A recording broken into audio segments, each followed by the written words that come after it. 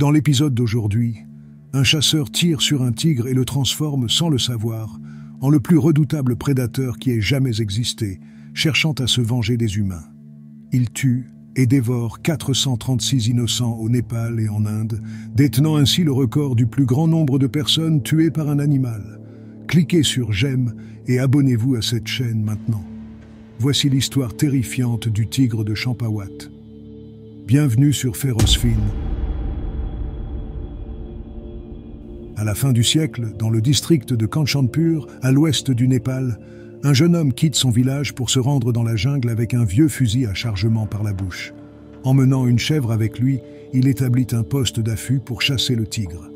Là, il attache la chèvre à un poteau de l'enclos et se poste dans un arbre, à l'affût du majestueux tigre du Bengale.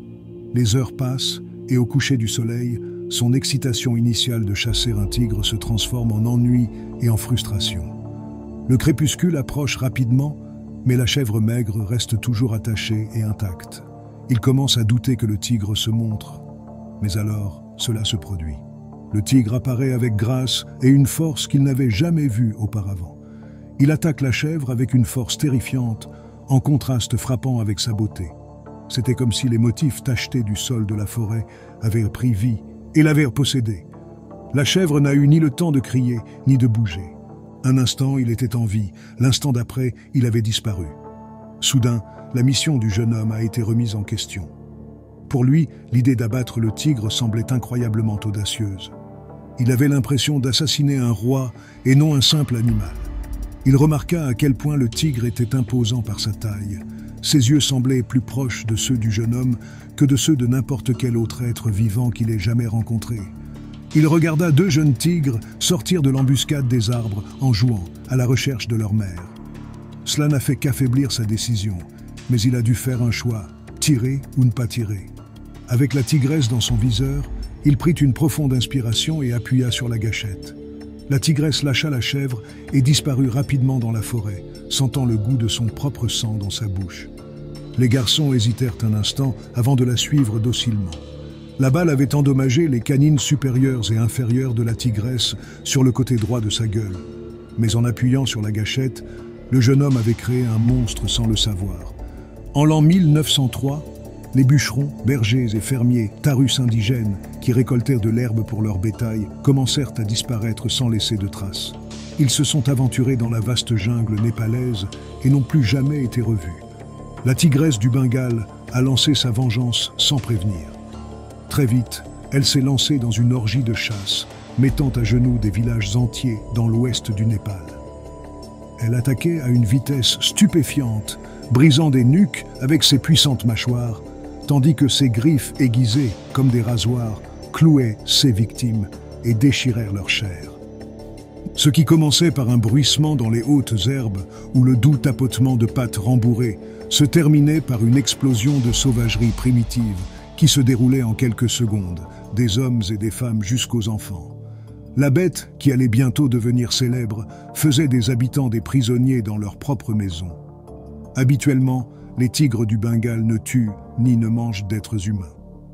Ce sont des prédateurs semi-nocturnes qui craignent les humains et changent généralement de direction dès qu'ils en aperçoivent un, plutôt que de le confronter.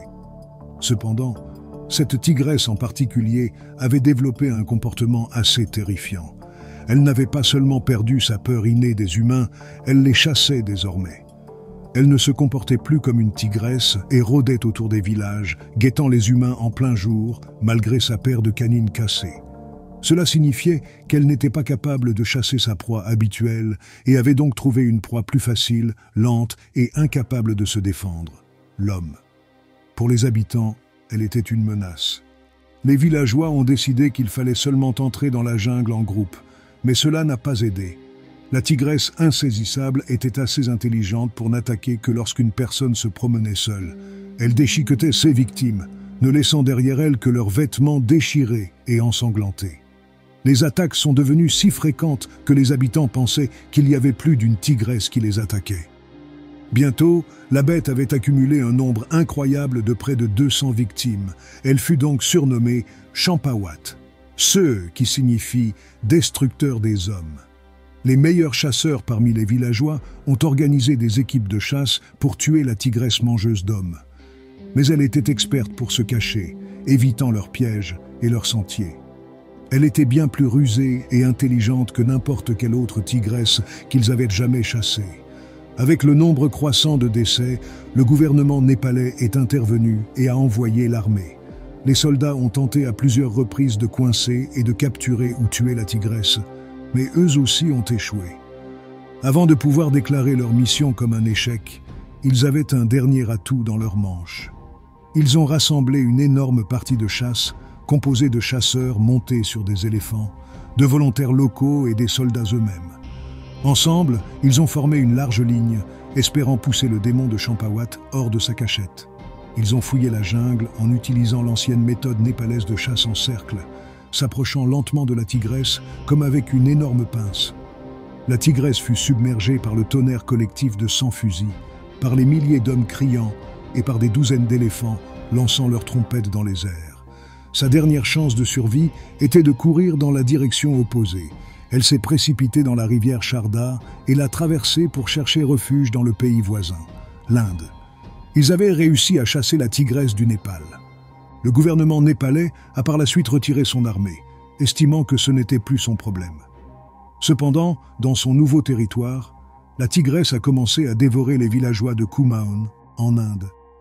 Elle avait pris goût au sang et en voulait toujours plus. Les chasseurs et les autorités locales ont pourchassé la bête, mais comme auparavant, elle était toujours un pas en avance sur eux. La tigresse mangeuse d'hommes était constamment en mouvement, parcourant de grandes distances la nuit et ne restant que quelques jours sur un lieu de crime. Elle ravageait de village indien en village indien avec une efficacité presque surnaturelle, attaquant chaque être humain quel que soit le moment de la journée, et les traînant profondément dans la jungle pour les dévorer. D'ici 1907, le nombre de ces victimes connues était passé de 200 à plus de 400. L'administration indienne s'est alors tournée vers Jim Corbett, un tireur d'élite et un excellent tracker, pour obtenir de l'aide pour tuer la tigresse. Jim a d'abord hésité, mais a finalement accepté à 2 conditions. La première était que tous les soldats et chasseurs qui poursuivaient déjà la tigresse soient rappelés car ils ne voulaient pas courir le risque d'être touchés par une balle perdue. La deuxième condition était que le gouvernement retire toutes les récompenses pour la tigresse. Ces récompenses avaient conduit à la mort de plus de 1000 tigres innocents tués lors de la chasse à la tigresse mangeuse d'hommes.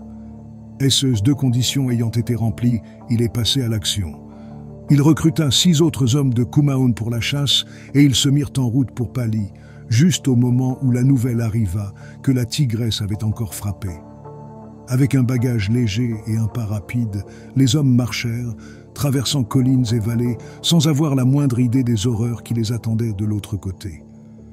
Le 3e mai 1907, les hommes entrèrent dans le village de Pali, mais ils avaient l'impression d'être dans une ville fantôme. La cour centrale était vide et les huttes de pierre silencieuses. On aurait dit un village abandonné. Il n'y avait pas âme qui vive à l'extérieur. Quelque chose de terrible s'était produit ici.